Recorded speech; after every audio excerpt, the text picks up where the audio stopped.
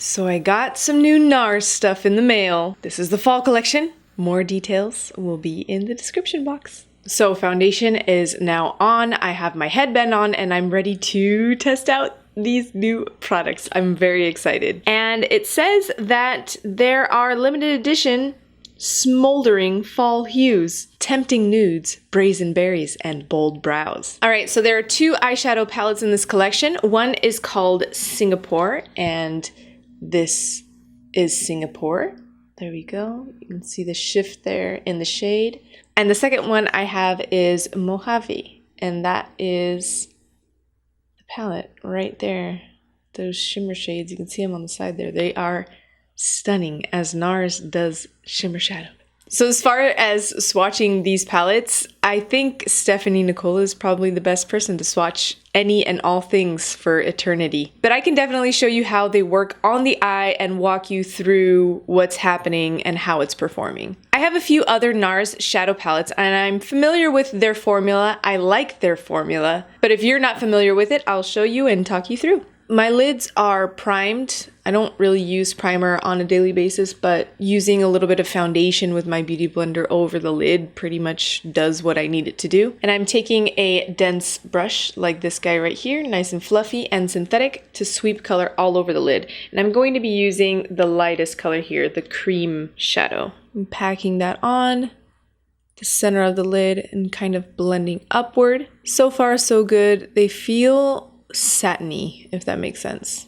It's not like a flat matte shadow, but it's not shimmer either. It's like a satin, like satin sheets or satin blouses that betray you in summer because they show all the sweat marks. Now that my base shadow is on, I'm going to take a different brush, similar in that it's fluffy and synthetic, but it's a little bit flat on one edge, and this is going to be for the shadow under the eye. I'm going to start with this shade right here, which is more of the gold, and then kind of go into the brown. So applying that gold on the bottom lash line. That went on a little darker than I thought it was going to be. And then on the top, just focusing the product on the outer edge and bleeding it in. And then taking a fluffy blending brush and just going over that. Laying down the base shadow first helps blend these shadows in. And this is pretty much the look that I do on a daily basis when I'm not feeling too creative and wanting to play with color and shape. I just work some browns on the eye like this. And then I accent with a darker color. So going into that chocolate matte brown, and I'm going to run that along the lash line and smolder out that look. Sometimes I blend it when I'm applying, and sometimes I just like to pat it so that it looks lived in. I like there to be a little bit of moodiness and character in the application. This shadow is absolutely stunning. It's going on really nicely. The others did as well, but this being a matte is pretty darn good. It looks really good. Now taking that blender brush, and I just want to buff out the very edges of that color. I still like that pieciness to it, so I'm not going to erase that with my brush. I just kind of want to blur out the lines, if you will. Now that that shadow's where I like it, I'm going to go in with my shimmer. And this shimmer it's beautiful, but it definitely needs finger application. So I'm going to rub my finger into that beauty and then just tap it on the eye. On that inner corner, getting really up in that inner corner and blending it with my other finger that is clean, not a brush. Maybe a little bit under that eye. As I'm placing this color on the eye, it really starts to look almost wet and sweaty and dirty. And I really like that.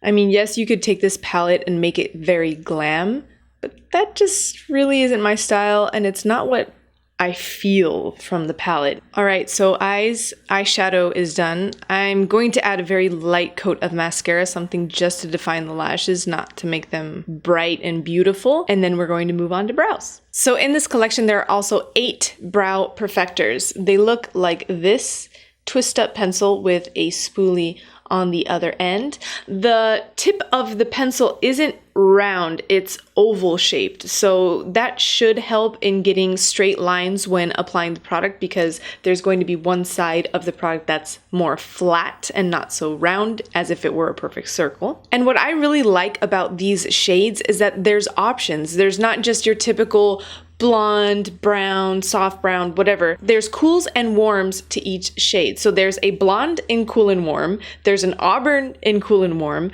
there's a dark brown and a medium brown in both cools and warms. So you can easily choose and find the shade that works for you. I'm opting for auburn warm to start off. I think this is a good shade. And I'm going to just flick that into my brow, creating the shape that I want. And I don't really want a heavy brow, so I'm just going to fill in where I might need a little extra hair and softly brush out with a spoolie.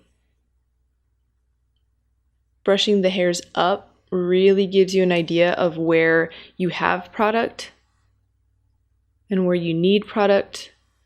A lot of times when we do our own brows, we're looking at them straight on and we do them that way.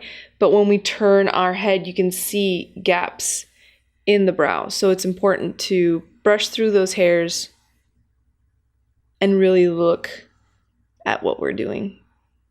All right, brows are done. They're combed into place, and I think that color worked well. I like it. I do want to tame them though. I do want to run a gel through them. So going to take a little bit of brow tones, 3D brow tones, and just lightly run that through the brow. The pencil filled, but it also defined well. It doesn't look like I filled my brow with just one color and stenciled them on. They still have texture to them. They still look like naturally make-upped brows. Now for the showstopper, this beautiful lip palette that I don't even really want to use because I just want to frame it. It's gorgeous. And here are the shades. There you go. A nice little ombre there of color, fall color. And I think for this look, I want to dabble in the nude. So I'll probably use these 2 colors here. Taking some of that first shade on the back of my hand, popping it onto the lip, center with a brush, and dabbing it out. Now with this very casual eye look, casual as in it's not structured and formal, I want to go with a lip that kind of is the same thing. So something that's not so precise and clean, something a little lived in, a little grungy, a little dirty. And bleed it out slightly with my finger, kind of blotting the lines. And I want to darken it up just a little bit. So I'm going to take this third shade, 123, this guy here from the bottom. And I want to apply that on the outer corner of the lip. And just smear upwards and outwards just a little bit. I want it to look almost like a chapped lip, like a tired lip. As if my lips had bags under the eyes, under the lips. And then just blotting again with my finger. If it gets a little bit too messy, I can go in with a cotton bud or a clean finger or my beauty blender. I like that lip. I feel like it's, it almost looks, yeah, like tired, like a tired lip. I like that a lot. All right, the lip is done.